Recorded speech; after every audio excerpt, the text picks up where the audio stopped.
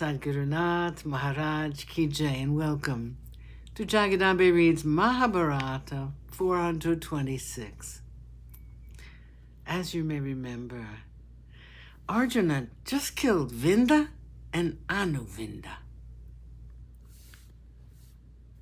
The angry host of the Kauravas fell on Arjuna. He was undaunted. In the midst of the fighting, Arjuna spoke to Krishna. Krishna, Jayadratha is still far away. My horses are fatigued. They have been hurt too much. They are not able to go fast. They must be rested. You must decide what is to be done. Tell me what we should do now. Krishna said, I have also been feeling the same thing. We must release them from the chariot for a while, until they are rested. How shall we set about it? Arjuna said, I will fight on foot. You do the needful. Krishna agreed to it. Arjuna descended from the chariot. There was nothing flurried or hurried in his movements. The smile was on his face as though everything was normal. He stood with his Gandiva in his hand.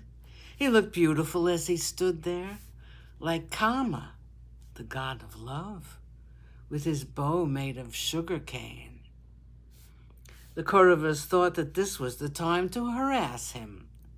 He had no chariot. He was standing on the ground, an easy target for all of them. So thought the Kauravas. They all surrounded him, even as they did Abhimanyu the previous day. They had a surprise in store for them. Arjuna fighting on the ground was more terrible than Arjuna fighting from a chariot. The army was absolutely helpless against the prowess of Arjuna. In the midst of all this, Krishna came to Arjuna and said, Arjuna, there's no water here. Without satisfying their thirst, how can I yoke the horses to the chariot? Krishna's words were heard by everyone there. Arjuna, with a smile, said, But there is water. Look. Arjuna took up his bow and arrow, and invoking Varuna, he shot an arrow into the ground. There then came into view a beautiful lake full of sweet water. The lake was bound on all sides by the arrows of Arjuna. He had built a pavilion with myriads of arrows. The army was amazed at the feat. Krishna was extremely pleased with this display of prowess by Arjuna. Well done, said Krishna, and went to his horses to bring them to the lake. He released the grateful animals from the chariot. His eyes were wet when he looked at the dear animals. Very gently, he pulled out the many arrows which had been lodged in their bodies. The entire army was watching the performance with wonder and admiration. Arjuna was fighting on foot all the time. He was very cool. The Kauravas were all admiration for Arjuna and Krishna. They said, what a miracle. In the midst of the field has been created a lake. With a single arrow, Arjuna has been able to do this. The water birds have begun to collect in the sky at the side of the lake. No one was interested in fighting. They all were watching Krishna as he tended the horses.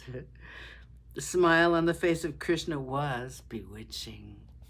He looked as though he were in the midst of his gopis in Gokul, and not in the midst of warriors who were bent on killing Arjuna. His calmness upset the morale of the Kauravas. Without showing any flurry, Krishna stroked and massaged the horses. Even as the Kauravas were looking on, he spoke to the horses gently and made them relax. They were rested for a while. Krishna was skilled in the art of handling horses, and his loving touch was enough to cure them of all fatigue. Sadgurunath Maharaj Ki Jai. Thank you for coming. I hope you come again.